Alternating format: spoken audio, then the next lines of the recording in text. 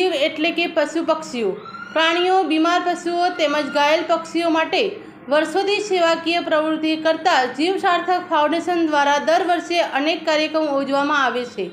આ સંસ્થા દ્વારા ઉપલેટા શહેર તેમજ તાલુકામાં ગમે તે જગ્યાએ કોઈ અબોલ જીવ કે બીમાર પશુ પક્ષીઓ જણાઈ આવે તો તાત્કાલિક તેમની ટીમ દ્વારા જ્યાં ત્યાં સ્થળે પહોંચી સારવાર કરે છે તેમજ વધુ સારવાર માટે તેમને તેમની સંસ્થામાં લઈ આવી જ્યાં સુધી પૂરી સારવાર ન થાય ત્યાં સુધી તેમની સેવા કરે છે।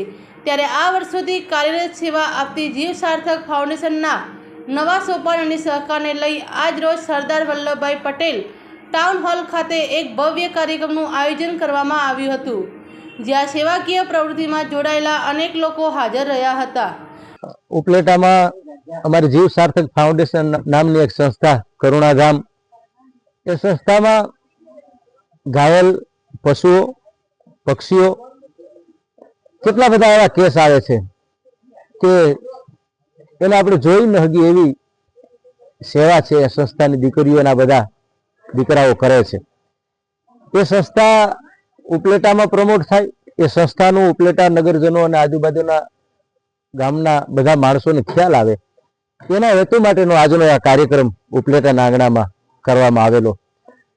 ભવિષ્યમાં આ સંસ્થા કઈ રીતે વધુ કાર્યરત થાય, આ સંસ્થાને ઉપલેટાના નગરજનો બીજા માણસો કઈ રીતે વધુ ઉપયોગી બને, એની જાળવણી કઈ રીતે થાય, એની સાર સંભાળ કઈ રીતે થાય, એનું સંકુલ પણ ભવિષ્યમાં ઊભું કરવાનું છે, તેના પ્લોટથી માંડીને બધી વ્યવસ્થા માટેની આ આજની એક ચર્ચા, એનું આ આયોજન, એમાં બહોળા પ્રમાણમાં બધાનો સહકાર મળ્યો, બધા આવ્યા।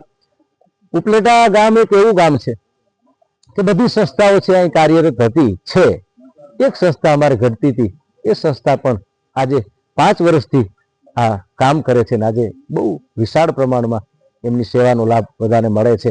એટલે આ બધા જેને જેને જે કાંઈ આમાં સહકાર આપ્યો, ઉપલેટાના નગરવાસીઓથી લઈ, પ્રેસ મીડિયાના આ બધા લઈ, મારા મિત્ર જગદીશભાઈ રાઠોડથી લઈ અને જેટલા જે કોઈ પધાર્યા છે એ બધાનો સંસ્થા વતી હું આભાર માનું છું। અને ભવિષ્યમાં જ્યારે પણ આ સંસ્થાને તમારી જરૂર પડે ત્યારે તમારા માધ્યમથી અમારી સંસ્થા છે એ ઝળહળે અને સંસ્થાનો એક મેસેજ છે એ સમાજમાં જાય એવી આપ પાસે હું અપેક્ષા રાખું છું। હું જીવ સાર્થક સંસ્થામાં એક સેવિકાની ફરજ નિભાવું છું। અમારી જીવ સાર્થક સંસ્થા બીમાર, નિરાધાર, અબોલ જીવોની સારવાર કરે છે તેમજ અંધ, અપાહિજ કે અત્યંત ગંભીર હોય, જે રોડ પર સર્વાઈવ નથી કરી શકતા એવો જીવોને અમે અમારી સંસ્થામાં કાયમી આશ્રય આપીએ છીએ અને ભોજન પૂરું પાડીએ છીએ।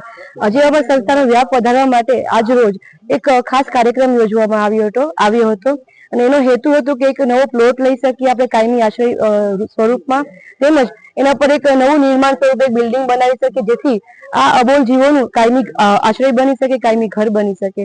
અને અમને ખૂબ જણાવતા આનંદ થાય છે કે આ કાર્યક્રમ ખૂબ મહદઅંશે સફળ રહ્યો, અમને બહુ બધા લોકોનો સપોર્ટ મળ્યો અને આ સપોર્ટ માટે, આ સહકાર માટે અમે ખૂબ બધા લોકોના ઋણી છે, આભારી છે। અને આમને બસ બધા અમે સહકાર આપતા રહેજો, તમારા સહકારથી જ અમે આગળ વધી શકશું, તમારા સહકાર સાથે જ અમે બહુ બધા અબોલ જીવોની મદદ કરી શકશું, જેમનું કોઈ નથી એમના માટે આપણે મદદ કરી શકશું। આમને તમારા આભાર, આમને બધા તમારા સહકાર આપતા રહેજો ને જય શ્રી કૃષ્ણ। Bureau report, Arsibhai Ahir, Upleta.